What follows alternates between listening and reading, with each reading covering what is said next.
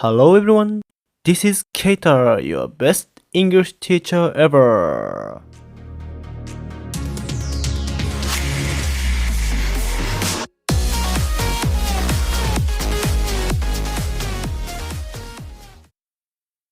Today, let's talk about Japanese are super strict with rules. I'll share stories that helped me to see how Japan and other countries view rules differently.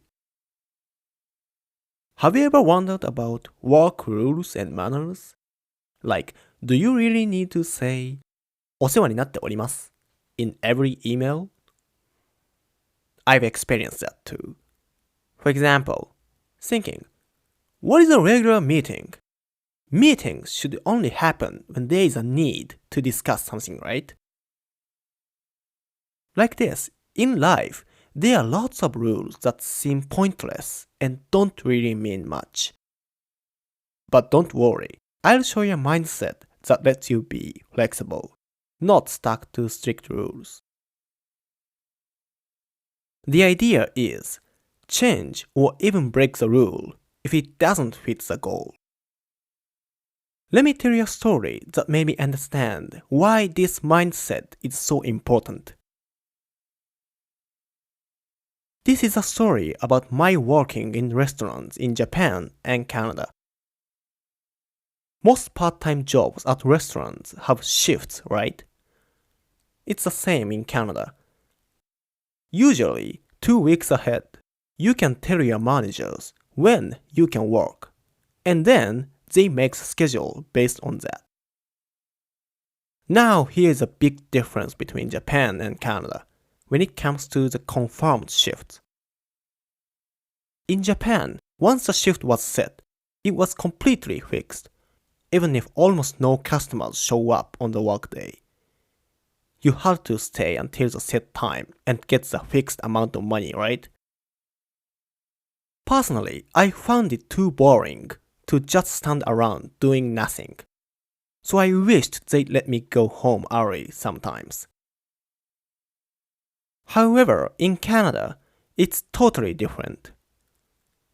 If there are fewer customers than expected on your workday and there are extra staff, even if just 1 or 2 hours into your shift, they'd say, you can go home today.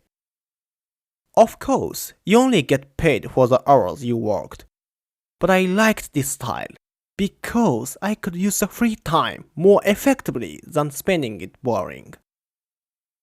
By the way, during my free time, I often went to the casino and ended up losing more money than I got at work. Just like the shift example I talked about earlier, even simple things like work schedules show a big difference in flexibility between Japan and other countries. The main difference is whether there is a mindset of changing rules flexibly and sometimes breaking them to fit the goal. What is the goal of a restaurant? To make a profit, of course. Paying staff when there are no customers is a clear loss, right?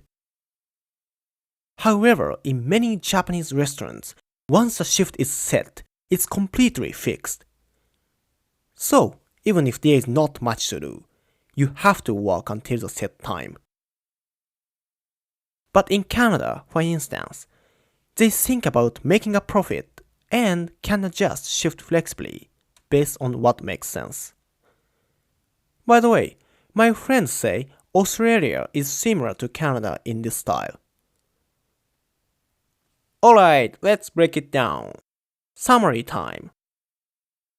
Today, we talked about how Japanese see rules as fixed and compare it to how rules are seen overseas.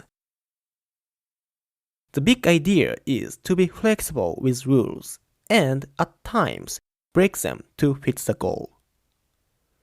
Now you might be feeling stuck with unnecessary rules at school or work. For example, every time using email for work messages, or wearing a suit without going out, or something like that. Be careful of organizations that just say, "It's a rule, it's etiquette, that's it," without explaining why.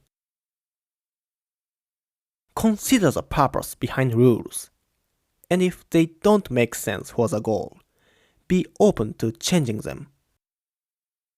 By doing that, you'll likely become an excellent business person, efficiently achieving the ultimate goal. Next episode, we are gonna keep talking about what we discussed this time. I want to talk about what you can do if you don't like the rules of a group. There are basically two options. Get ready for it. This channel delivers life hack in simple English every week. To make sure you don't miss a broadcast, please show your support by liking and following. See you next time.